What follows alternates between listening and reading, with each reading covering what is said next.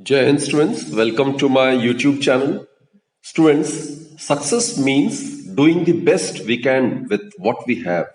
Success is the doing and not the getting, in the trying and not the triumph. Success is a personal standard, reaching for the highest that is in us, becoming all that we can be. So, success is not the key to happiness. Instead, happiness is the key to success. With that positive note, students, let's start with today's session.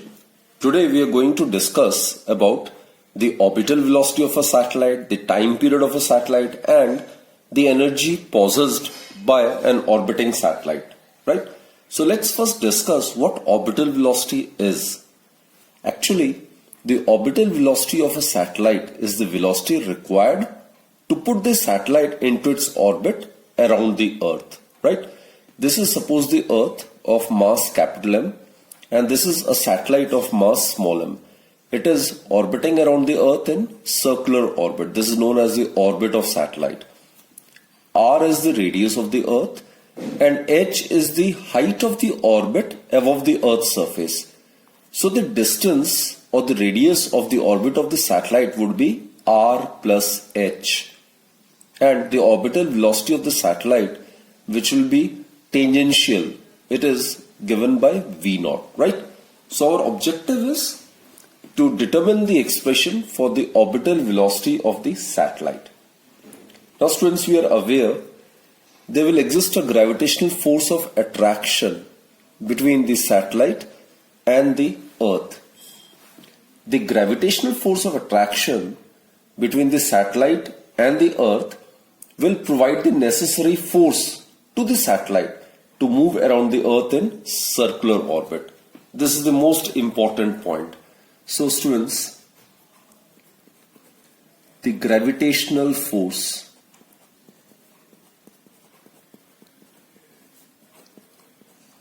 which exists between the satellite and the Earth,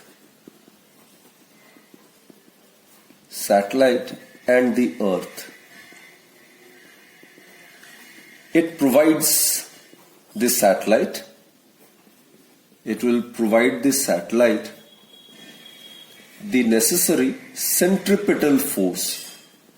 It will provide the satellite the necessary centripetal force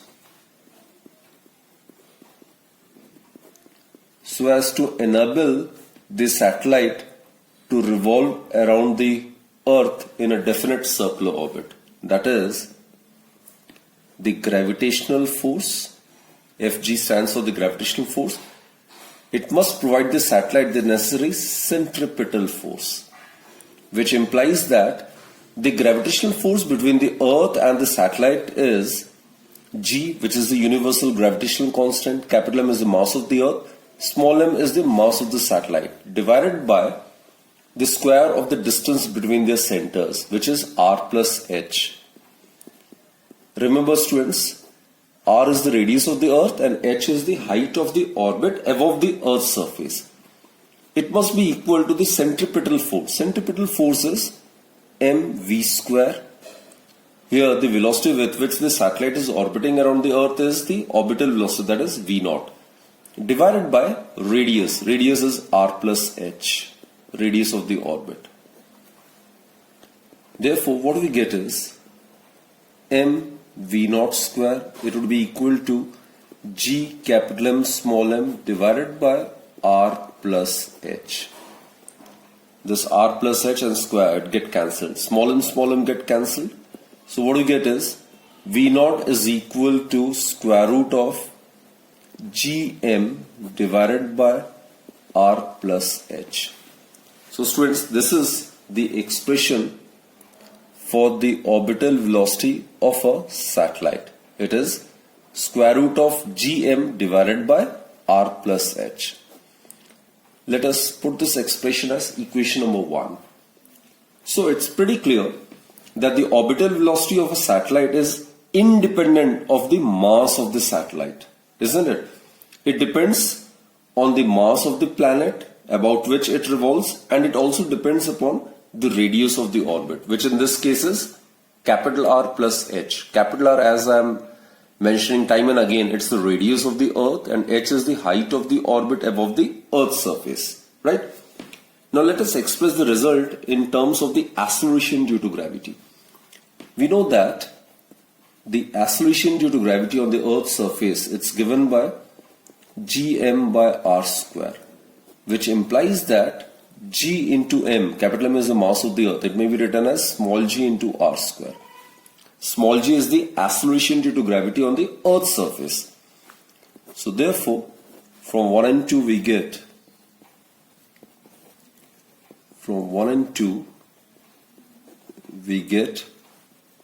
v naught, which is the orbital velocity of the satellite. It's equal to, in place of gm, we'll write small g into r square divided by r plus h. So this is another expression for the orbital velocity of a satellite in terms of the acceleration due to gravity on the earth's surface. Clear? So let's substitute this as equation number 3. Now students, it may be pointed out that the orbit of the satellite may not be circular in shape. However, the orbits are assumed to be circular ones only for the sake of simplicity, right? Now let's consider a special case. Special case is when the satellite under consideration is orbiting very close to the surface of the earth. So let's consider this special case when a satellite is orbiting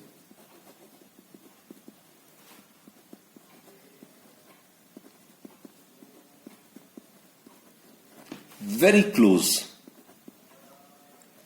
to the earth's surface, very close to the surface of the earth.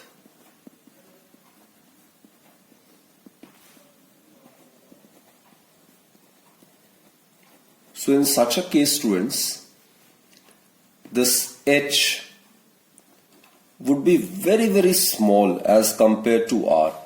Now look, radius of the earth, as you are aware, it's about 6400 kilometer. It's huge, isn't it? Now suppose h is 100 or 200 kilometers, so it would be very small as compared to the radius of the earth. In such a case, when the height of the orbit above the earth's surface is very small as compared to the radius of the earth, in such a case, h can be neglected in comparison to r. So r plus h may be approximately equated to be equal to r, which is the radius of the earth, right?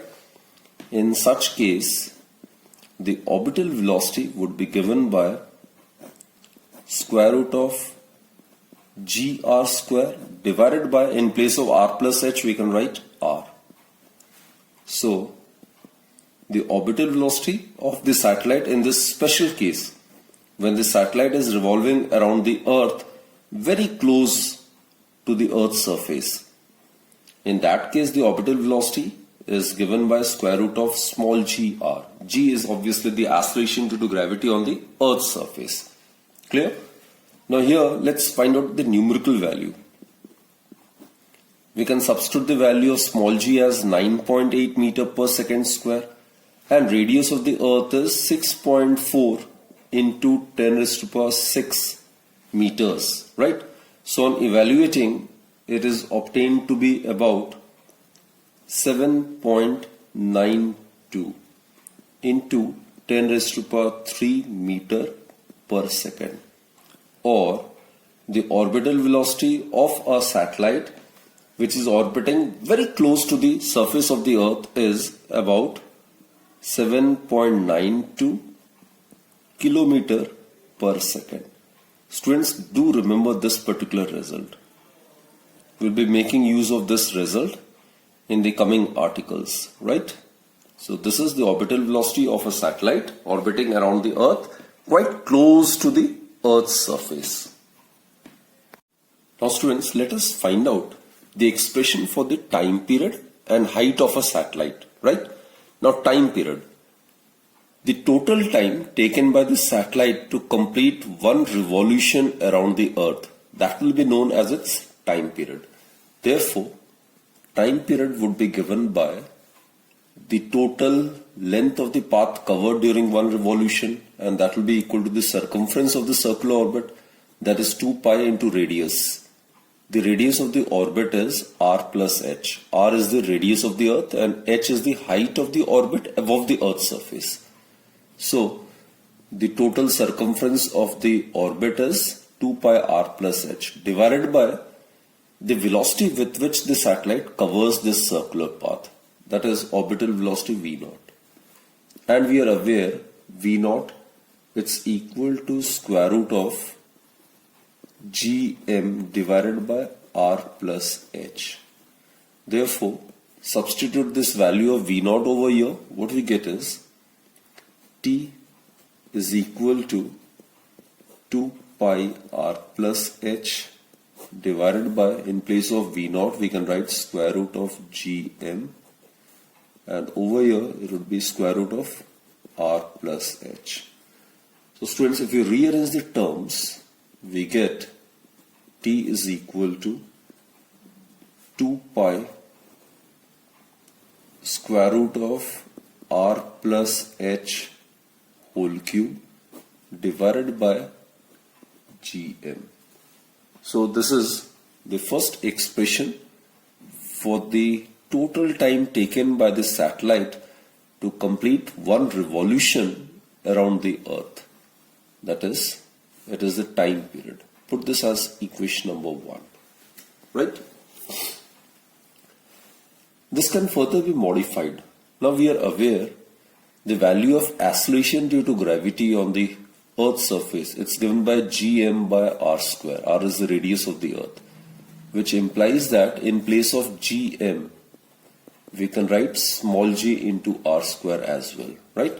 Therefore, the time period in terms of small g may be written as 2 pi square root r plus h whole cube divided by, in place of gm, write small g r square.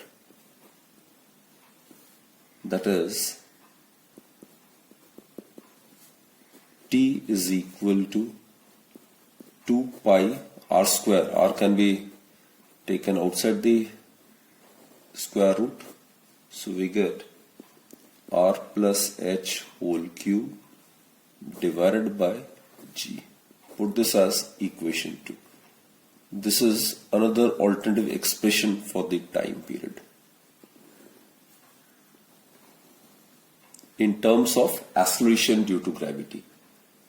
Right, students? Now, this can further be modified actually.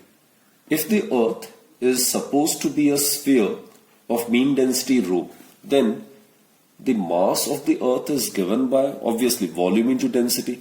Suppose rho is the average or mean density of the Earth. Then mass of the Earth, capital M, it is given by volume of the Earth. Volume of the Earth is 4 by 3 pi r cube. Capital R is the radius. Rho is considered to be the mean density of the Earth, right? Multiplied by density. Clear, students? So therefore, using equation 1,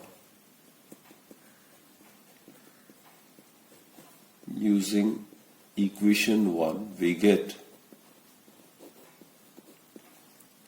time period, it's equal to 2 pi square root of r plus h whole cube divided by g.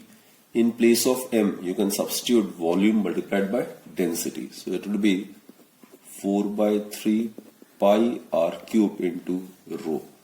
So if you rearrange the terms, we get the expression for the time period in terms of the density of the Earth, mean density of the Earth. So it will be equal to 3 pi,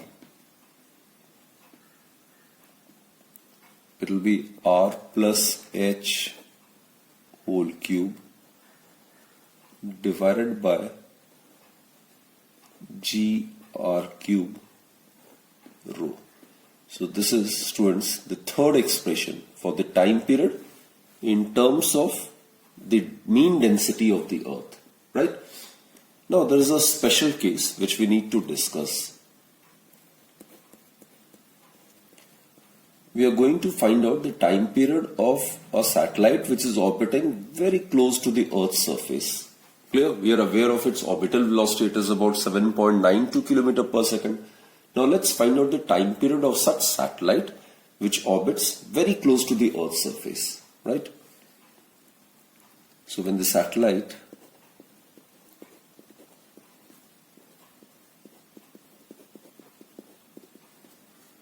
revolves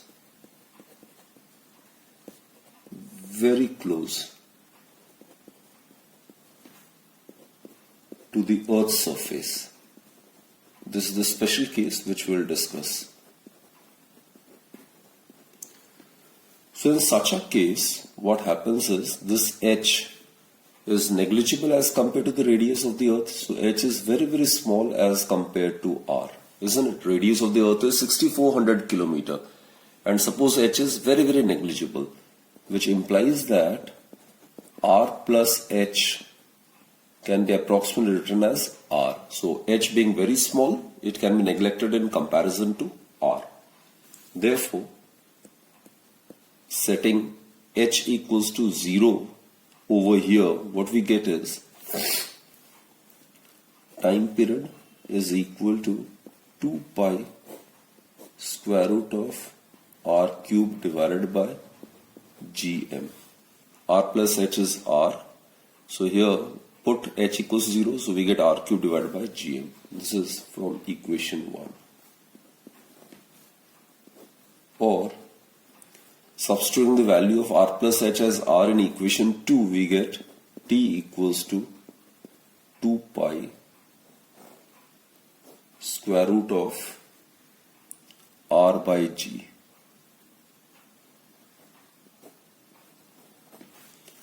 We will be left with 2 pi by r square root of r cube by g. So when it is taken inside this square root, we will get square root of r cube by r square. So we will be left with only r, right?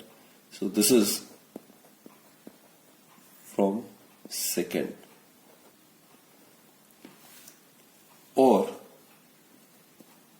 if you substitute this value of h equals to 0 over here, so what we get is t is equal to square root of 3 pi divided by r cube get cancelled, divided by 0.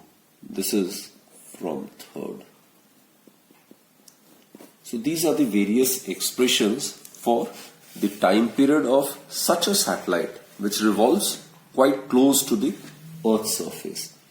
Now students, in case you substitute the value of r and g over here, we are aware radius of the Earth is 6400 km, that is 6.4 into 10 raised to 6 meters, and the value of small g is 9.8 meter per second square. So the time period of such a satellite which revolves very close to the Earth's surface would be given by, let's substitute this value, r is 6.4 into 10 raised to power 6 divided by g is 9.8. So when solving, you should get about 84.6 minutes. So this is again a very, very important result. Actually, when you solve it, then you will get the time period in seconds. Then dividing it by 60, you will get the result in minutes. So the time period of a satellite which is orbiting close to the Earth's surface, it is found to be about 84.6 minutes or 5032 seconds, right? So the value of t equals to 2 pi square root of r by g, where r is the radius of the Earth, g is the acceleration due to gravity on the Earth's surface. Its value is 5032 seconds, which when divided by 60 will give the answer in minutes. It is 84.6 minutes, right? Now students, let us find out the expression for the height of the satellite.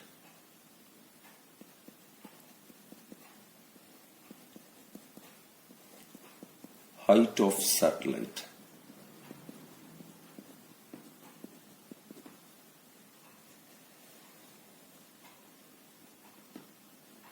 we are supposed to find the expression for this h, the height above the Earth's surface where the satellite is to be placed, right? So, in this case, squaring both the sides of equation 1, consider, let me write the equation once again. Consider equation 1. Equation 1 is t is equal to 2 pi square root of r plus h whole cube divided by gm. Now squaring both the sides, what we get is t square. It would be equal to 4 pi square. Square root will get eliminated. So r plus h whole cube divided by gm. Isn't it? Or you can write it as gr square in terms of the value of small g. So let's rearrange the terms. Therefore, r plus h whole cube, it would be equal to t square gm divided by 4 pi square. Clear, students? Now what to do is, we need to find out the expression for h. So what we intend to do is, taking cube root on both the sides.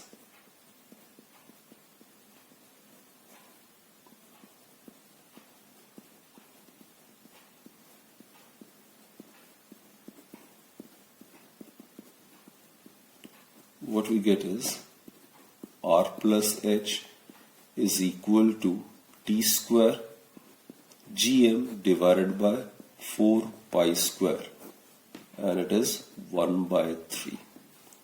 That is h, that is the height above the Earth's surface on which the satellite is to be placed. It is given by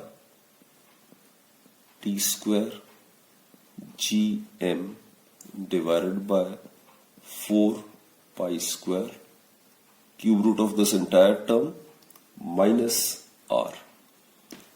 In place of gm, you can write small g r square as well, right? So this is the expression for the height of the satellite.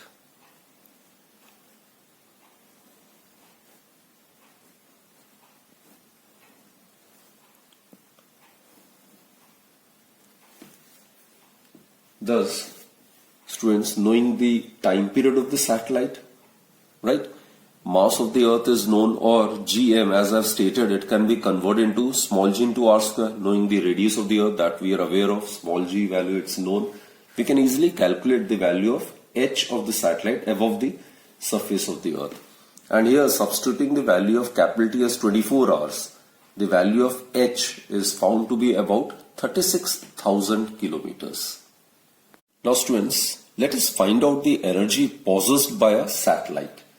Now actually, when a satellite revolves around a planet in its orbit, it possesses both potential energy as well as kinetic energy. It possesses potential energy because of its position against the gravitational pull of Earth, and obviously it possesses kinetic energy by virtue of its orbital motion. So let us find out the expression for potential energy, kinetic energy and total energy, right? The potential energy, I'm talking about the gravitational potential energy of the satellite.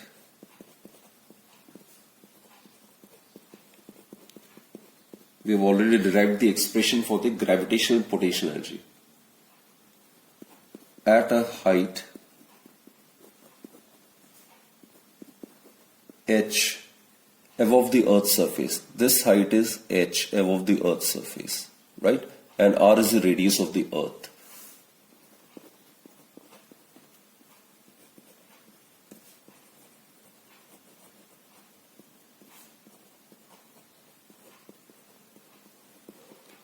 It is given by, this is the gravitational potential energy, or simply potential energy. It is given by minus g capital M small m. Capital M is the mass of the Earth, small m is the mass of the satellite, divided by the distance between the center of the two bodies. And the distance between the centers of the satellite and the center of the earth is r plus h. So this is the expression which we have proved earlier. Put this as equation number 1. Now as I've stated, the satellite, by virtue of its orbital motion, it will also possess kinetic energy. Now obviously the gravitational force of attraction between the satellite and the earth, that provides the satellite the necessary centripetal force so as to enable the satellite to revolve around the earth in certain definite circular orbit, right? That is the gravitational force between the satellite and the earth. It is G capital M small m divided by square of the distance between them. The distance between them is r plus h, so it will be r plus h whole square. This is the gravitational force between the satellite and the earth. It provides the satellite the necessary centripetal force. And centripetal force of the satellite would be given by m. The orbital velocity of the satellite is v0, so m v0 square divided by radius of the orbit, that is r plus h. So it implies that, rearranging the terms, we get m v0 square. It may be written as G capital M small m divided by r plus h. Now students, as I've stated, the satellite will possess kinetic energy by virtue of its motion, and kinetic energy is given by half mass of the satellite and square of the velocity of the satellite, half m v0 square. So here let's substitute the value of m v0 square from this equation, from equation 2. What we get is half, substitute this value of m v0 square from here. It is G capital M small m divided by r plus h. Put this as equation number 2. So students, this is the expression for the potential energy possessed by the satellite by virtue of its position with respect to the earth, and this is the expression for the kinetic energy possessed by the satellite by virtue of its orbital motion. Therefore, total energy possessed by the satellite would be equal to the gravitational potential energy plus kinetic energy, that is minus G capital M small m divided by r plus h plus half G capital M small m divided by r plus h. So it is equal to minus G capital M small m divided by r plus h. So this is, students, and half, right? GMM over r plus h can be taken as common, so in the bracket we will be left with minus 1 plus half. Minus 1 plus half would be minus half. So total energy possessed by the satellite is minus G capital M small m divided by twice r plus h.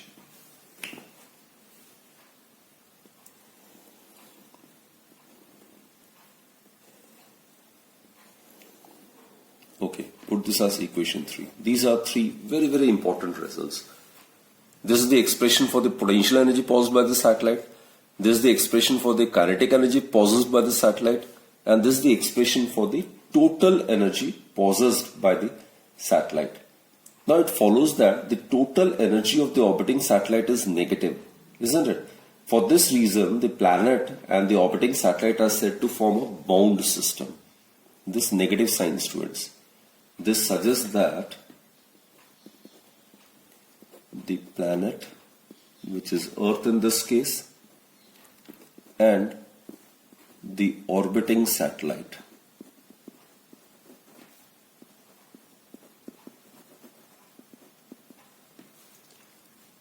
are said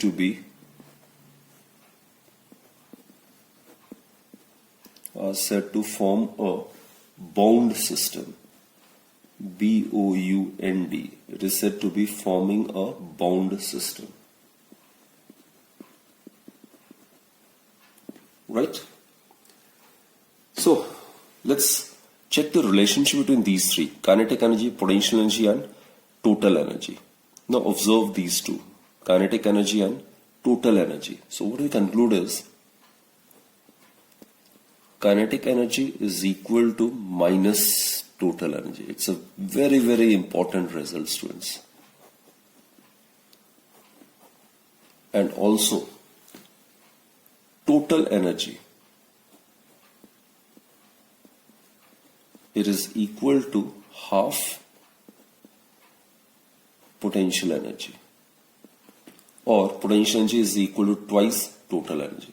So these are the two very, very important results.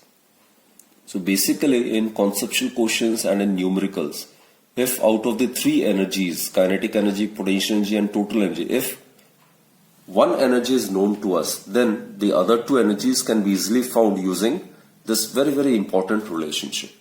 As you can check, kinetic energy, it is equal to negative of the total energy. And secondly, you can compare these two. Here it's pretty clear. The total energy is equal to half of potential energy, or potential energy is equal to twice of total energy. Clear?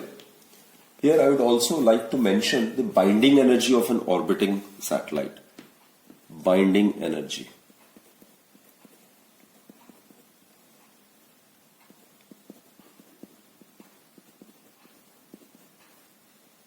It is the energy required to bind the satellite, isn't it? As from the term, it's pretty clear. So in order to free the satellite from the Earth's gravitational field, an energy equal to negative of this is required so as to make the satellite free from the Earth's gravitational field. And that energy is known as the binding energy. So basically, it is the energy required to free the satellite from the Earth's gravitational field. So basically it is defined as, it is the energy which is required to free the satellite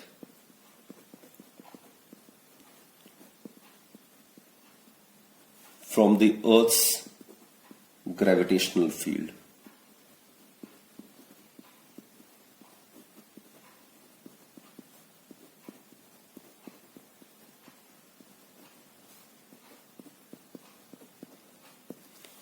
That is, binding energy mathematically would be equal to negative of the total energy possessed by the satellite, isn't it?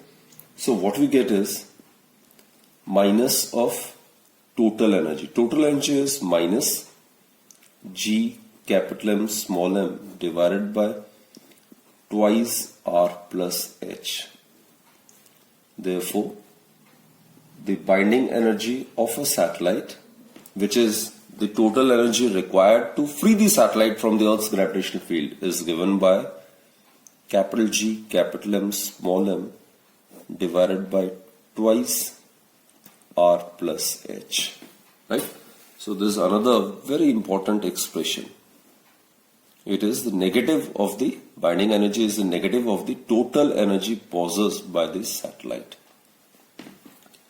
So students, in this particular session we have discussed about the orbital velocity, the time period, the types of energy possessed by the satellite, and in the last topic we have discussed binding energy. So hope you have understood all these topics, right? So we'll continue in the next lecture then, and keep practicing these articles. Try to retain the results which we are discussing and which we are mathematically verifying all the results, right? So students, do join me in my next lecture. Until then, stay healthy, stay safe, and keep smiling. Have a blessed day.